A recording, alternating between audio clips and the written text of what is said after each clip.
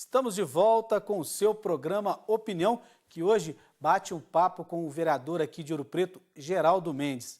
Geraldo, no bloco anterior você falava um pouquinho da sua militância nos movimentos sociais, do seu trabalho como presidente da Associação de Moradores ali do bairro Saramenha de Cima, Tavares, Vila Isabel. O que te levou, Geraldo?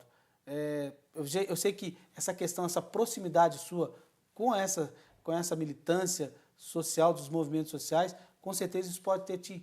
O que te levou, na verdade, a apresentar o seu nome para ser aprovado numa urna eleitoral? O que te levou a ser um político, um agente político? Então, primeiramente, é até teórico, né? Todo ser humano é um ser político, né? Mas trabalhando com a Associação de Moradores, despertou-se ou externou-se a liderança, né? E isso ficou comprovado com as inúmeras conquistas que nós tivemos lá no bairro. Sim. Eu sempre gosto de retratar que não é só o presidente, né? Mas ninguém faz nada sozinho. Exato, mas é só que o presidente que responde, Sim. né? Então, assim, que lidera justamente a diretoria. Então,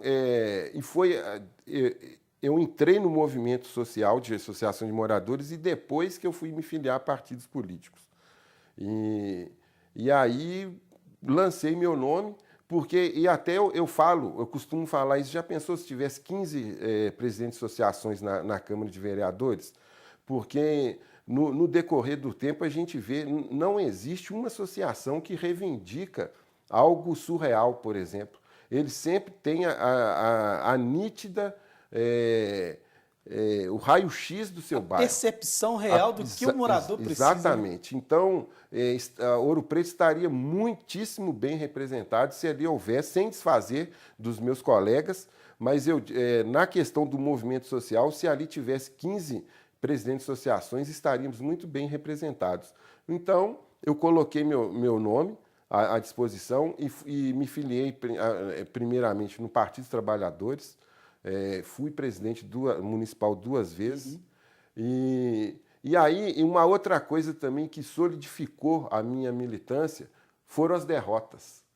Porque as derrotas nos ensinam mais que as vitórias. Com certeza. Então, a gente reflete, vai vendo aonde que errou, aonde que pode melhorar, sempre com muita humildade, é claro.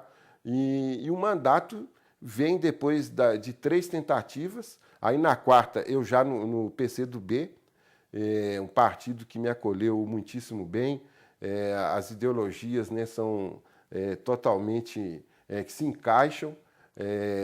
E aí, saímos vitoriosos. E aí o mandato veio num momento importante, porque, curiosamente, e aí é uma outra questão também que a gente... Eu particularmente, eu falo muito, porque existe uma fala que diz assim, que os esportes tiram os jovens da ociosidade. Da rua, longe das drogas. Eu, num primeiro momento, eu era muito ligado ao esporte, jogava futebol em Ouro Preto até... e aí, ou seja, deixava a escola de lado porque queria ser um jogador de futebol. E aí, com 20 anos, eu tive um problema no joelho e não pude mais jogar futebol. E aí coincidiu e logo depois eu entrei na militância, né, nos movimentos sociais, mas aí percebi que a fala ela tem tamanho. E eu observava, tinha peso, né? Então, e foi a política que me levou de volta aos bancos da escola. Então, eu devo à política, a minha profissão hoje, que é advogado, eu voltei a estudar para melhor entender, né, tanto da política, a questão das leis. Então, eu agradeço a política. Muita gente hoje, né, ainda mais hoje, no contexto nacional... Essa crise ética que nós estamos vivendo no país. Todo mundo tem 1000 motivos para não gostar de política, mas eu faço esse registro, agradeço a política por ter me levado de volta à escola. E hoje está aqui, volto a dizer, o mandato chegou num momento muito bom da minha vida, serenidade, mas sabendo o que eu quero. Não esquecendo de onde eu vim para saber onde eu quero ir. Ok, você não vai nunca perder suas raízes, né? Exatamente. E você? está gostando aqui do nosso bate-papo, quer nos ajudar? Liga aqui para nós no 3559-3903.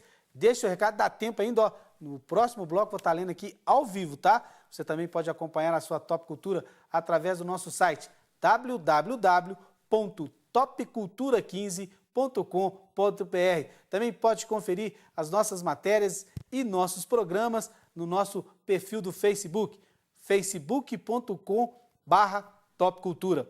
Geraldo, agora vamos falar um pouquinho do seu trabalho. Eu tenho acompanhado, eu acompanho sempre como repórter aqui as reuniões da Câmara, eu tenho acompanhado que os seus requerimentos, as suas indicações, os seus projetos apresentados ali, você tem esse cunho realmente, você traz toda essa bagagem de líder comunitário ali para a Câmara. Eu sempre vejo isso, você colocando isso no seu trabalho, na sua vereança ali na Câmara. Um dos projetos seus que deu muito debate ali foi aquela questão do projeto dos carros que prestam serviços por meio de uma cooperativa. Exato. Geraldo, qual foi o objetivo daquele projeto? Então, a gente não faz política só com mandato, né? E eu acho que a verdadeira política se faz no dia a dia. Com certeza. E naturalmente, acompanhei muito o mandato anterior do ex-prefeito José Leandro. A confusão daquela cooperativa Minas Brasil. Uma confusão tremenda da cooperativa Minas Brasil, que tirou dos cofres do município 100 milhões de reais. Muito dinheiro. Muito. E sem qualquer controle do uso desses carros. Então, conversamos, né, partidariamente no mandato, e por isso que foi o primeiro projeto apresentado, porque todo mundo quer acertar. São dois lados da mesma moeda. Por um lado, a concretização da democracia, o que faz a democracia se concretizar é o fortalecimento das leis já existentes, não é?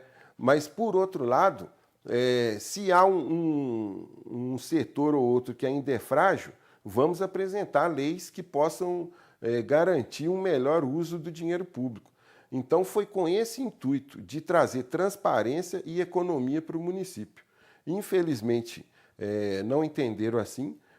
Quem não entendeu assim? O Poder Executivo, a qual eu faço parte, eu sou base, mas não houve esse diálogo, e entenderam por bem vetar totalmente o projeto, mesmo depois de todos os vereadores terem aprovado. Então, criou-se um desconforto, porque os vereadores da base, tirando eu, é claro que desde o primeiro momento eu falei que não votaria contra o meu projeto, e criou-se esse desconforto porque eles tiveram de mudar o voto. E ao mesmo tempo, a Câmara perdeu um momento importante de mostrar sua independência. Era isso que eu ia te perguntar. Esse projeto ali, se ele fosse aprovado, mesmo com aquela derrubada do veto do prefeito atual, ia mostrar que a Câmara ela é independente, né? Ia ficar bem claro ali. Eu sei que há aqui a bancada de situação, a bancada de oposição, mas os 15 vereadores iam mostrar ali uma independência, o que tem que ser, na verdade, né? É o que reza a nossa Constituição. Exatamente. Ainda, né, fala que são independentes, embora harmônicos, né? Ou harmônicos, embora independentes. Mas o que demonstraria também? Porque hoje existe uma corrente que, se o prefeito quiser, ele veta todo e qualquer projeto de vereadores alegando inconstitucionalidade ou então que gera custos para o município. Vetar um projeto hoje é muito simples, mas a política não deve ser vista dessa forma rasa. E ali, naquele momento, a gente mostraria isso, que nós não estamos, e eu pelo menos não estou, lá para ficar fazendo indicações de capina de rua ou então ficar dando nome a ruas. Então, eu sempre apresentarei projetos que, no meu entendimento, eles terão importância no dia a dia do cidadão. E, infelizmente, naquele momento não ocorreu, mas não foi o primeiro veto e nem será o último, mas que ficou lições, tanto para o Legislativo quanto para o Executivo. Com certeza. Nós vamos para o rápido intervalo, vamos voltar para o próximo bloco e vamos continuar um pouquinho falando do seu trabalho ali na Câmara, ok? Ok. Mas antes dá tempo de você ainda ligar aqui para nós, deixar o seu recado. Lá embaixo está a Priscila. No próximo bloco aqui, eu vou ler ao vivo, tá? Ligue para nós no 3559-3903. Vou repetir, 3559-3903. O Opinião volta já.